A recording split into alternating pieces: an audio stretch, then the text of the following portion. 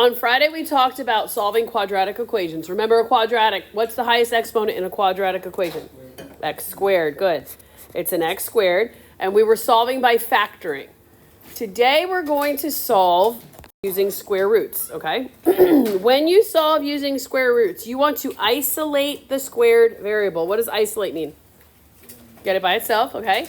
You want to square root both sides of the equation, and what is super duper important is a plus or minus sign has to go in front of your answer. So important. If you put the square root on something, you have to put plus or minus in front. All right? You can only use this when there's no x term, no b. I'll show you what I mean in a second. So do you see how there's no x to the first power in these questions? It's all x squared. So you're going to want to just get x squared by itself. So in number 13, is x squared already by itself? Yes. So you're going to take the square root of both sides. Remember, what you do to one side, you do to the other. When you square a square root, that cancels, so get x. What goes in front of my answer before I write it? Plus or minus. So plus or minus, and then what is the square root of 9? 3.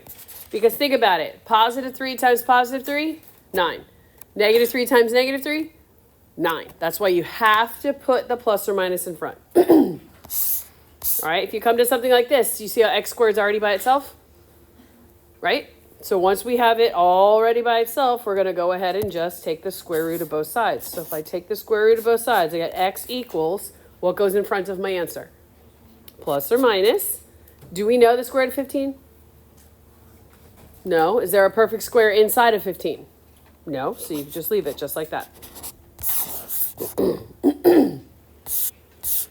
All right, x squared minus 48. That's not the difference of perfect squares or anything like that. So if we're going to solve using square roots, how do I get 48 to go to the other side?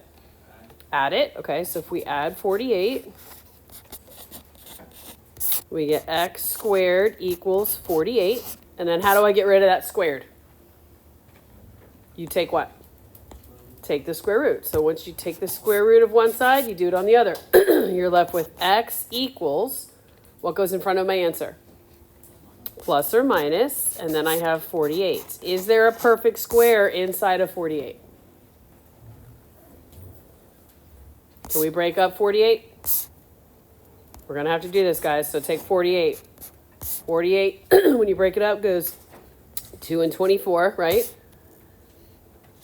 So then 2 and 12, then 2 and 6, then 2 and 3.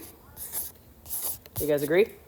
All right. How many pairs of numbers do you see? I see a pair of 2s here and 1 here. So we multiply those together. You get x equals plus or minus, what's 2 times 2? 4, and then the square root of 3 stays inside. Any pairs, you can take them out and multiply them together. You got to break down our radicals. All right, look at 16. God bless. That's not the difference of perfect squares. So if I move 43 to the other side, what do? I add it. So we have x squared equals 43. Well, how do I get x all by itself? Take what? How do you get x all by itself? Take the square root. Perfect. What you do to one side, you're going to do to the other. So x equals what goes in front of my answer? Plus minus. Good. And there's no perfect squares or anything hidden inside 43, so it just stays like that.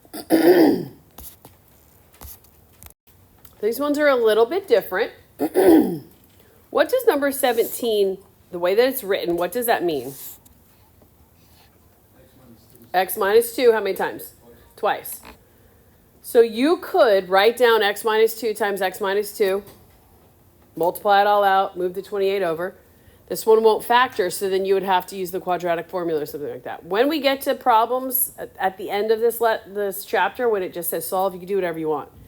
But you're going to learn all these different kinds of methods. So we already learned how to solve by factoring. And today we're learning by solving by taking the square roots. If you have a binomial, that means 2 terms, and you can get it all by itself, right? All you have on the left side of that equation is a binomial raised to second power. You can take the square root. What you do to one side of the equation, you do where? to the other.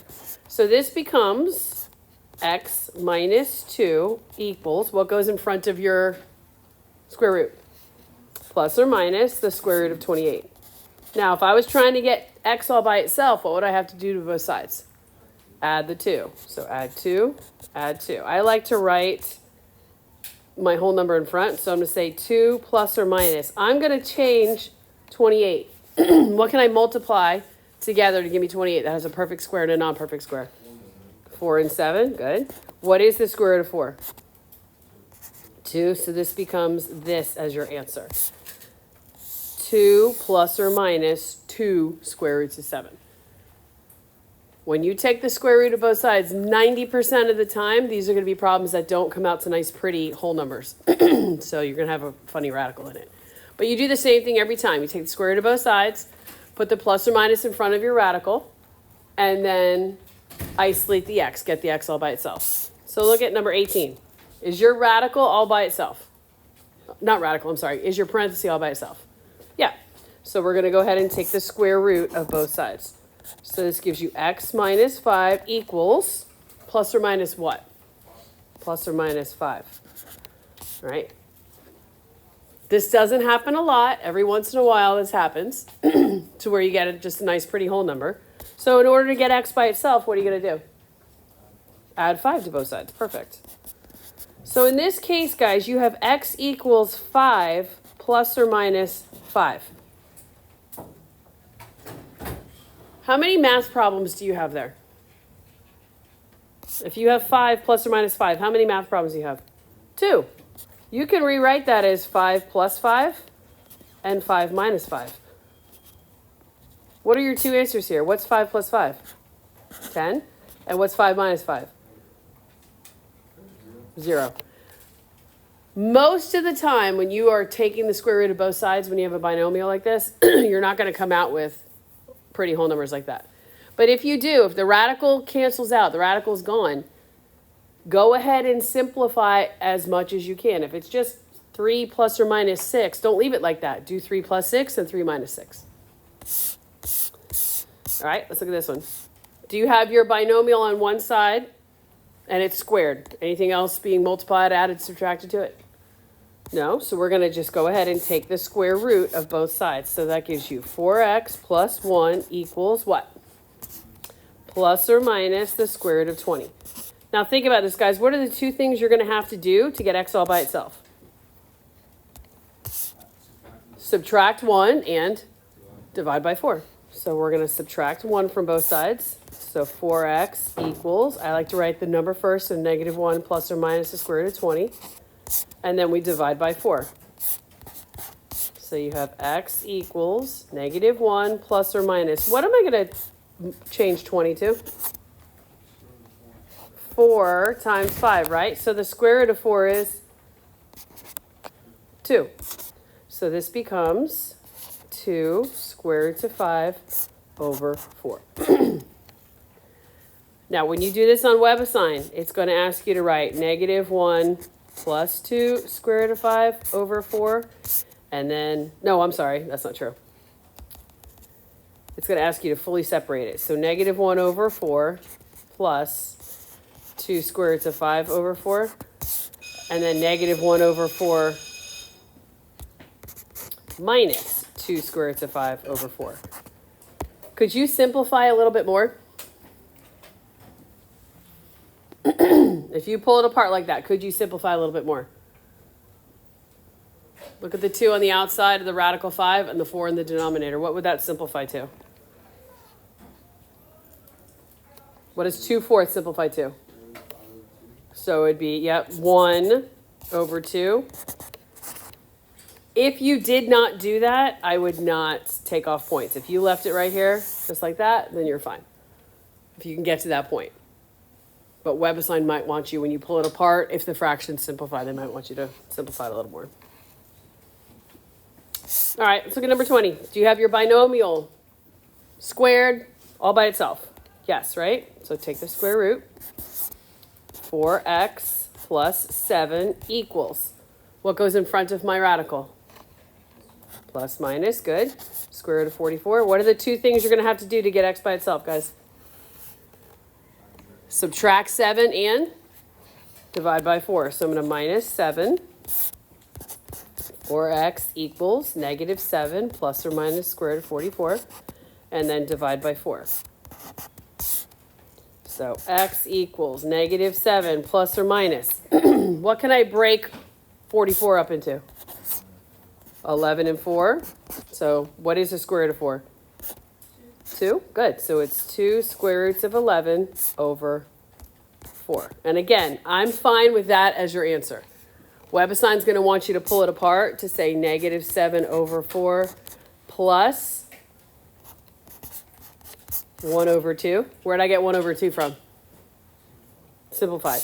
And then negative 7 over 4 minus 1 squared of 11 over 2. But notice, guys, right here, this doesn't just cancel with this and become a 2.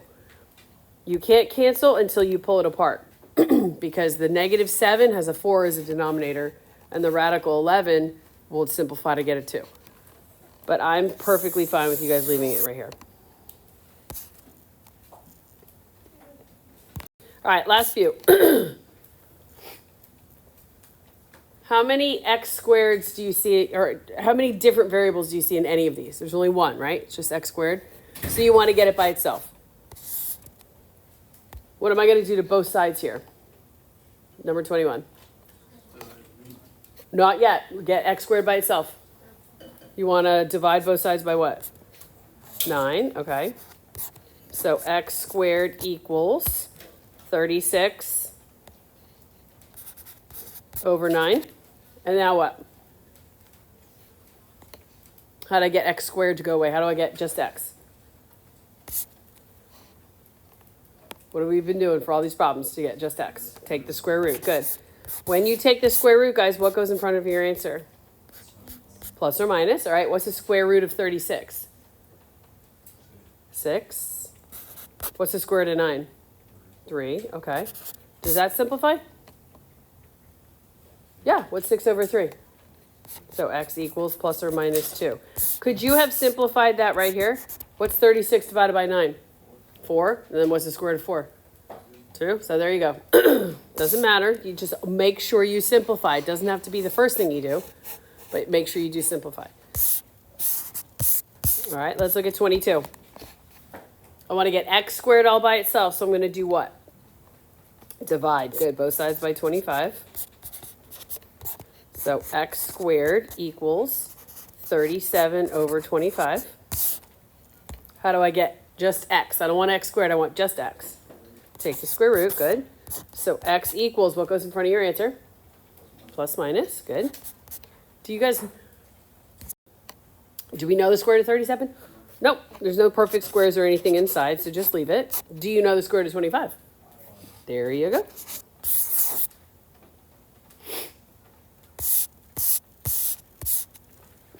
In order to get x squared all by itself on 23, what are the two things you have to do? Add 16 and divide by 3. So we're going to add 16 to both sides. So 3x squared equals 16. Divide both sides by 3. So x squared equals 16 over 3. All this stuff that we did at the beginning of the year in that chapter P, this is all going to come back. How do I get x squared all by itself? Take the square root. Good. So I have x equals, what goes in front of my answer? Plus or minus. Perfect. What is the square root of 16? 4. Do you know the square root of 3? No, so we just have to leave it. Are you allowed to leave your answer with a radical in the denominator? No. Does anybody remember how we get rid of a radical in the denominator? Yes, we're going to multiply the top and the bottom by the radical that's in the denominator. So I have x equals plus or minus. If I have something inside the radical and something outside the radical will multiply together, you just stick them together. So it's 4 square roots of 3. And then what is the square root of 3 times the square root of 3? The square root of 9, which is what number? 3. So that's how you got rid of that radical. You have to get rid of radicals in the denominator, guys. Whatever it is, just multiply the top and bottom by it. Let's do the last one, then we're done. What do you think I do first? I want to get x squared all by itself. What am I going to do? We're going to divide both sides by 7. Good. So divide by 7, divide by 7. X squared equals this 15 over 7. How do I get x? I don't want x squared. I want just x. Take the square root. Perfect. So x equals, what goes in front of my answer? Plus or minus. Perfect. Square root of 15 over the square root of 7. Are either of those perfect squares? No. Can I leave my answer like that? Why not? Because I have a square root on the bottom. So I have to rationalize. I have to multiply the top and the bottom by the square root of 7. So I get x equals plus or minus. What's 15 times 7? 15 times 7, 35. Carry the 3, 7, 8, 105. The square root of 105 over 7.